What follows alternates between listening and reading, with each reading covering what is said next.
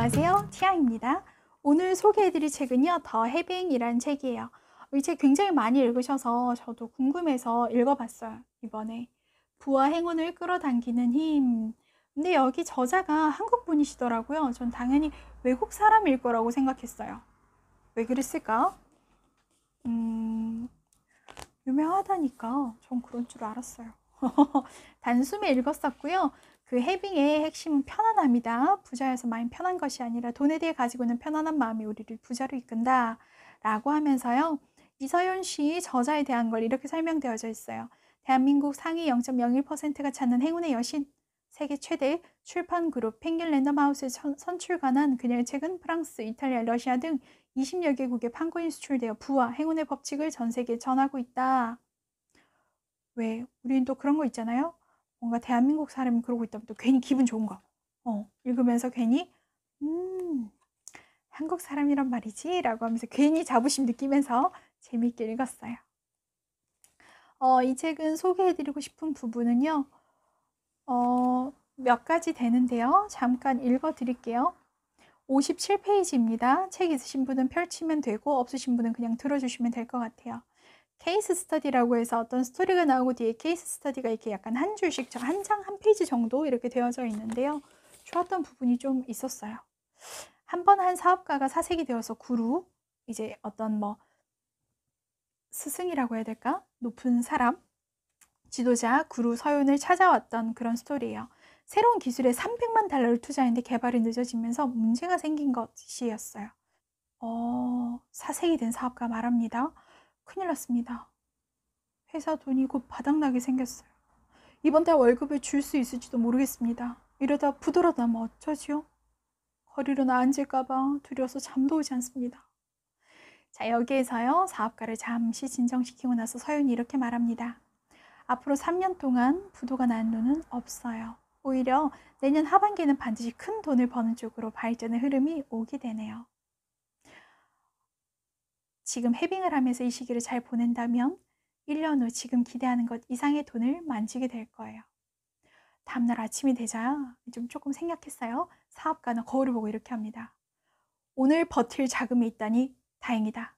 돈이 있는 걸 느끼면서 열심히 일해야지. 월급날은 이렇게 말합니다.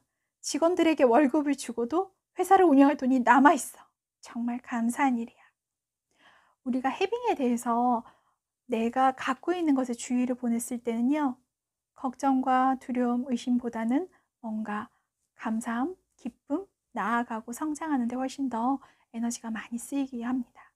스스로 드는 불신과 의심은요. 내가 다뤄야 될 대상이지 그것은 남이 또는 외부 상황이 해결해 주는 부분은 아니라는 생각이 들어요. 자, 이런 내용에 대한 증명이 굉장히 많이 나와져 있어요. 또 한 부분 읽어 드릴게요.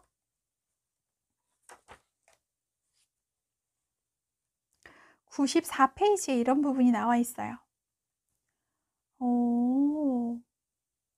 진짜 부자들은 돈이 있기 때문에 해빙을 하는 것이 아니라 해빙을 해서 부자가 된 거네요.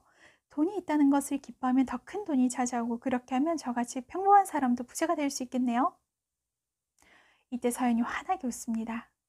센스 있는 사람과 대하는 것은 이래서 즐거워요. 정답이에요. 진짜 부자는 돈을 쓰면서 그것을 기쁨으로 누릴 줄 알죠. 지금 주머니에 얼마가 있는지는 중요치 않아요. 돈을 쓰는 그 순간 해빙을 하는 것이 핵심입니다. 그 감정 에너지로 돈을 끌어당기거든요. 아무리 작은 액수라도 상관없어요. 해빙은 단돈 1달러라도 지금 나에게 돈이 있다는 것에 집중하는 데 시작해요. 그 감정이 커져갈수록 돈을 벌 수 있는 능력에 감사하게 되죠. 돈을 벌어다 준 세상에게도 감사하게 되고요. 그렇게 더 큰 돈이 돌아올 것을 아는 것, 그것이 진짜 부자의 마음이에요. 이 부분을 보면서 저는 굉장히 기뻤어요. 내가 이런 것도 할 수 있고, 내가 이런 것도 할 수 있고, 내가 이런 것도 할 수 있고, 제가 가진 해빙에 대해서 좀 많은 걸 생각하면서 좀 진짜 많이 해피했던 것 같아요. 여러분도 해피해지고 싶은가요? 내가 갖고 있는 해빙에 대해서 한번 연구해 보세요. 그러면 우리에게 좋은 일이 생기지 않을까요? 자, 그리고 또 다음 부분이에요. 186페이지인데요. 마윈에 대한 내용이 나와 있어요. 마윈 아시죠? 중국에. 네. 그 186페이지 밑에서 두 번째 문단 정도 나와요. 이게 서윤이 얘기합니다. 그러고 보니, 아니구나. 이 인터뷰한 사람 얘기를 하네요. 그러고 보니 마윈도 기분이 안 좋다라고 말하는 법이 없다고 해요. 기분이 안 좋다고 말하는 법이 없다고? 네, 이렇게 얘기합니다.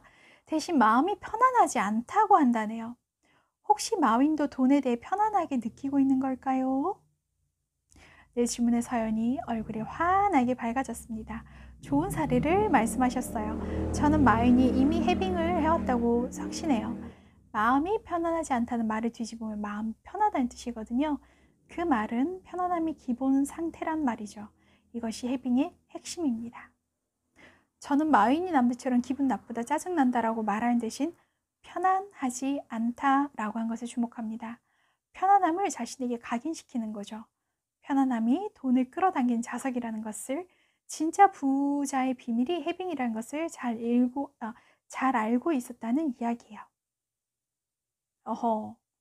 무슨 말일까요? 그래서 저자가 또 질문을 하고요. 서윤이 이렇게 답합니다.